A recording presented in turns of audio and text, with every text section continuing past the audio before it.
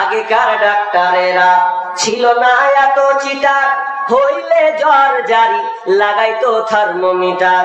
আগেকার ডাক্তারেরা ছিল না এত চিটার, হইলে জ্বর জারি লাগাইতো থার্মোমিটার। বগলে চেপে ধরে 1-1.5 মিনিট পরে, বগলে চেপে ধরে 1-1.5 মিনিট পরে ঝাড়া মেরে বলতো 104। আগের সেদিন কে ফিরে পাবো আর আমরা, আগের সেদিন কে ফিরে পাবো আর। প্যারাসিটামল একটার চারানা, ওষুধ দিয়ে বলতো বেশি খাবা না। প্যারাসিটামল একটার চারানা, ওষুধ দিয়ে বলতো বেশি খাবা না। জ্বর একটু বেশি হলে কট্রিন দিয়ে দিলে, জ্বর একটু বেশি হলে কট্রিন দিয়ে দিলে ভালো হয়ে যেত 1-2 দিন পর। জ্বর ভালো হয়ে যেত 1-2 দিন পর। আগের সেদিন কে ফিরে পাবো আর আমরা, আগের সেদিন কে ফিরে পাবো আর। আগের সেদিন কে ফিরে পাবো আর আমরা, আগের সেদিন কে ফিরে পাবো আর। হাতুড়ের ডাক্তারদের ছিল হাত জস, রুগী এলে বলতো আমার পাশে বস। হাতুড়ে ডাক্তারদের ছিল হাত জস, রুগী এলে বলতো আমার পাশে বস। দেখি তো চোখের পাতা বলি তো রোগের কথা, উল্টা তো চোখের পাতা বলি তো রোগের কথা। ফিস দেওয়া লাগতো না, ছিল না চেম্বার তাদের, ফিস দেওয়া লাগতো না, ছিল না চেম্বার। আগের সেদিন কে ফিরে পাবো আর আমরা, আগের সেদিন কে ফিরে পাবো আর। বর্তমান দেশে এখন ডিজিটাল কারবার, পেটে বাচ্চা এলে শুধু চেকআপ বারবার, শুধু সব জায়গায় চেকআপ, পেটে বাচ্চা তো খালি চেকআপ। বর্তমান দেশে এখন ডিজিটাল কারবার, পেটে বাচ্চা এলে চেকআপ বারবার। লাগাইয়া সেলাইন বলে বাচ্চা বেলাইন, লাগাইয়া সেলাইন বলে বাচ্চার বেলাইন। এখনই করতে হবে সিজার রুগী, এখনই করতে হবে সিজার। আগের সেদিন কে ফিরে পাবো আর আমরা, আগের সেদিন কে ফিরে পাবো আর। কবি ভেবে বলে কি হবে দোষ দিয়ে, এ দেহ নষ্ট হয়েছে ভেজাল খেয়ে খেয়ে। কবি ভেবে বলে কি হবে দোষ দিয়ে, এ দেহ নষ্ট হয়েছে ভেজাল খেয়ে খেয়ে। ভেজালের কারবার হতেছে বারবার, ভেজালের কারবার হতেছে বারবার। বড়লোক হয়ে গেল পাস করা ডাক্তার, এখন বড়লোক হয়ে গেল পাস করা ডাক্তার। আগের সেদিন কে ফিরে পাবো আর আমরা, আগের সেদিন কে ফিরে পাবো আর। আগের সেদিন কে ফিরে পাবো আর আমরা, আগের সেদিন কে ফিরে পাবো আর। ডাক্তার হয়ে গেছে কসাই ডাকাত, কিন্তু সব কিন্তু ডাক্তার নয়। তবে কিছু পার্সেন্ট ডাক্তার ভালো আছে, আপনার আল্লাহর ভয়ের সহিত আপনার কিনা চিকিৎসা করে। আমি বলছি না সবাই সবাই না, ডাক্তারের মধ্যেও ভালো ডাক্তার আছে বন্ধুরা। আমি বলতে চাচ্ছিলাম আপনার সন্তানকে আপনি ডাক্তার বানান, প্রফেসর বানান, ইঞ্জিনিয়ার বানান, যা কিছু বানান না কেন, আগে আপনার সন্তানকে আপনি দ্বীনি শিক্ষা দেন, তার মধ্যে দ্বীনের জ্ঞানটা দেন। দেখবেন ওই সন্তানটা এই কাজ করুক না কেন, সে আল্লাহর ভয়ে সে আপনার কাজকে ঠিক রাখবে। সন্তান হচ্ছে আপনার জন্য আমানত, সন্তান আপনার জন্য আমানত। নবী বলছেন কে ভালো করে আরেকটা হাদিস বলে ছেড়ে দিই, আমি চলে যাব দানের দিকে। নাকি টাইম আছে কি আমার? কত টাইম আছে গো? 11টা না 10:30? কনফার্ম বলো তাহলে বিষয়টাকে সেভাবে নিয়ে যাবো। 11? 10:12? হ্যাঁ 10:12। টাইম আমাকে 10:30 মনে হয়। হ্যাঁ ওটাই টাইম না? 10:30 পর্যন্ত, তাহলে আর 20 মিনিট আছে, 20 মিনিট আছে। শোনেন, আমানতের খেয়ানত, আমানত আপনাকে ঠিক মতন রাখতে হবে। ছোট্ট করে একটা হাদিস বলি, আবু দাউদের হাদিস, সেই তারগিবে হাদিসটাও আছে। বিশ্বনবী বলছেন কেউ যদি 5টা কাজ করে, ঈমানের সাথে 5টি কাজ করে, তাহলে বিশ্বনবী বললেন তার জন্য জান্নাত রয়েছে। 5টা কাজ কি কি গুনেন? নাম্বার 1, 1 নাম্বার সুন্দর করে উজু করে, ভালো করে কান লাগান, সুন্দর করে উজু করে আপনার নামাজে গিয়ে রুকু সেজদা সুন্দর করে 5 ওয়াক্তের পাবন্দ হয়, 5 ওয়াক্তের নামাজকে ঠিক মতন সে বহাল রাখে। এটা হচ্ছে তা 1 নাম্বার। নাম্বার 2 নাম্বার বিশ্বনবী বললেন আপনার কিনা রমজান মাসের যে রোজাকে পালন করে, রোজা রাখে। 3 নাম্বার আপনার কিনা হজ পালন করে। 4 নাম্বার যাকাত প্রদান করে, অর্থাৎ যাকাত আদায় করে, ঠিক মতন যাকাত আদায় করে। 4টা হয়ে গেল। বিষ্ণু 5 নম্বর বললেন যে আমানত রক্ষা করে, আমানত রক্ষা করে। তাহলে ওই 5টা কাজ যদি সেও কেউ করে তার জন্য আল্লাহ তাআলা জান্নাতে দেবেন, অর্থাৎ জান্নাতে তার জন্য একটি ঘর বানাবে। জান্নাত নিতে চাই তো ইনশাআল্লাহ? কে কে জান্নাত নেবেন হাত তুলেন তো। কেমন হলো জি ভাই? জান্নাত কেউ নেবেন না আপনারা? সুবহানাল্লাহ। আচ্ছা, কে কে জান্নাত নিবেন না এবার হাত তুলেন তো। একজন হাত তুলে আছে, দুধ গেজে হাই হবে, বুঝতে পারে না। জান্নাত আমরা সবাই চাই, কিন্তু জান্নাতের কাজ তো আমাকে করতে হবে। 5 নাম্বার বললাম আমানত রক্ষা করা। তো সাহাবীরা বুঝতে পারলেন যে আমানত রক্ষা, এবার আবার কি আমানত রক্ষা করে এবার বুঝিয়ে বলেন। বিষ্ণু বলছেন আমানত রক্ষা করা মানে, আমানত রক্ষা করা মানে নাপাকির গোসল করা, নাপাকের গোসল করা। এটা খুবই কঠিন বন্ধুরে, আমি ভেবে অনেকক্ষণ ভেবেছি কথাটা। কেন নাপাকির গোসল করা? আপনার কিনা এটা কিন্তু কঠিন কাজ। জিহাদে যাওয়া কিন্তু মনে হয় আসান আছে, আপনার কিনা বেশি বেশি করে নামাজ পড়া মনে হয় আসান আছে, আপনার কিনা দান করা কিন্তু আসান আছে, কিন্তু নাপাকির গোসল করা খুব কঠিন। কঠিন লাই। একটা ছেলে বিয়ে করেনি, ওর স্বপ্ন দোষ হয়েছে, রাতের বেলা এখন গোসল করবে।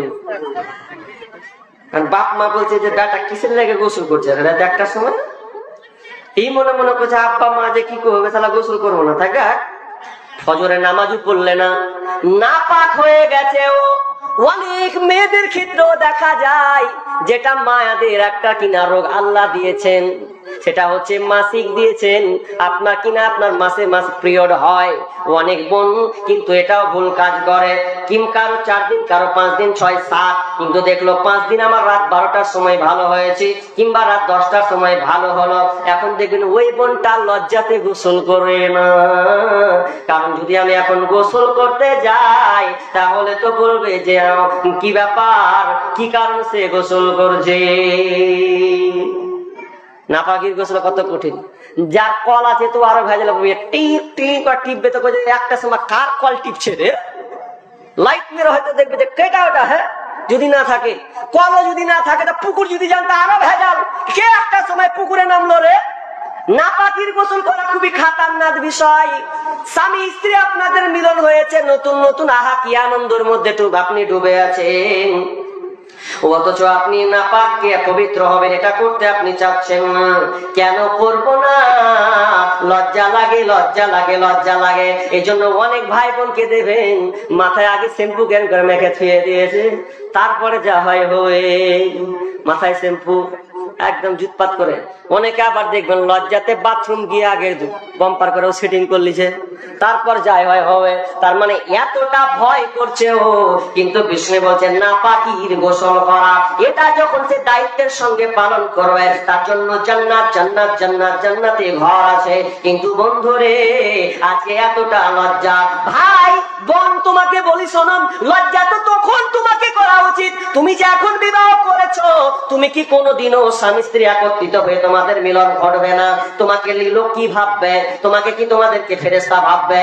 না না না, খবরদার এটা মাইন্ড তুমি নিও না। এটা স্বামী স্ত্রী মিলন হবে, স্বামী স্ত্রীর সঙ্গে আপনার কিনা প্রজনন আসবে, এটাই স্বাভাবিক। কিন্তু অনেক বোনকে দেখা যায় ওকে কোনোদিন গোসল করতে দেখলাম না, 7 মাস 9 মাস হয়ে গেছে, পেটে বাচ্চা দিয়েছে, ওকে খুঁজে পাওয়া গেল না কোনোদিন। আমার গ্রামেরই গল্প, ওকে কোনোদিন গোসল করতে দেখলাম না। তার মানে ও তো নামাজ পড়ে না ঠিক মতন, গোসল ফরজ গোসলটাও পর্যন্ত করে না। কেন? লজ্জা লাগে। এটা লজ্জার বিষয়? লজ্জার বিষয় নাই। বিশ্বনবী কি করতেন? নাপাক হলে নাথা বলে করতেন। মা আয়েশা নিজে করিলেন বর্ণনা, কি আনন্দ নবীর সাথে নাই তার তুলনা। মধুর জবানে ডাকেন রাতের মাঝেতে, মধুর জবানে ডাকেন রাতের মাঝেতে, উঠো গোসল সাথে। গোসল আপনার বালতি নিয়ে এসে মোদের মাঝেতে রাখিতাম, পানি নিয়ে মোরা গোসল করিতাম। প্রভু কেড়ে নিতেন পাত্র মোর হাত হতে, নবীজি ঢালিতেন নিজের মাথাতে। প্রভু ঢেলে কেড়ে নিতাম আমি নবীর হাত হতে, ঢালিতাম আমি নিজের মাথাতে। কি যে আনন্দ নবীর সাথে নাই তার তুলনা। গোসল করিতে মোদের কত ছিল যে আপনার, গোসল করিতে মোরা কত শান্তি যে পেতাম। তার মানে আয়েশা বলছেন আমরা উঠে যেতাম, নাপাক যখন হয়ে যেতাম রাত 12টা কি 1টা কি 2টা কি, বিশ্বনবী আদরের সঙ্গে বিবিদেরকে ডাকতেন, আমাকে ডাকতেন, আয়েশা ওঠো ওঠো আমরা ফরজ গোসলটা করে নি। এটা কোনো শরমের কথা নয়, এটা কোনো লজ্জার কথা নয়। আপনি নাপাক আছেন, বরং তাড়াতাড়ি করে একজন আপনি ইমানদার মানুষ, তাড়াতাড়ি যখন আপনার সময় হয়ে গেছে তাড়াতাড়ি করে আপনি অপবিত্র থেকে পবিত্র হয়ে যাবেন। এটা হচ্ছে ইমানদারের কাজ। অতএব বিশ্বনবী বললেন নাপাকি গোসল করা। অতএব আপনি আপনাকে বা মা বোন সকলকে বলতে চাই, এটা নিয়ে কোনোদিন ঢিলা আপনি করবেন না। এবার হলো, এবার শেষ কথা বলি একটা। আপনাদের এইদিকে একটা কথা শুনলাম, কি জানেন? বলবেন হ্যাঁ কি না, ভুল হতে পারে সঠিক হতে পারে। আপনার এইদিকে বেগুন চাষ হয়েছে? হ্যাঁ, ভালো হয়েছে না খারাপ হয়েছে? হ্যাঁ, খুব খারাপ। আর আমাদেরটা আরো উল্টা, অন্য কিছু। দুটাকে মিলাচ্ছি আমি একটা একটা করে, ভালো করে বুঝেন। বেগুন চাষ আপনাদের উত্তর দিনাজপুরে ভালো হয়নি তো আমাদেরকে বলছেন 90 টাকা কিলো, 80 টাকা, মাথায় খারাপ। যেখানে 40 টাকা 30 টাকা কিলো বেগুন, সেখানে দাম দর হচ্ছে 90 কিলো। আপনাদেরও ভেজাল আমাদেরও ভেজাল, দুই দিকে ভেজাল শুরু হয়েছে। আর আমার আল্লাহ কি বলছেন ওটা কি আপনি গুরুত্ব রেখেছেন?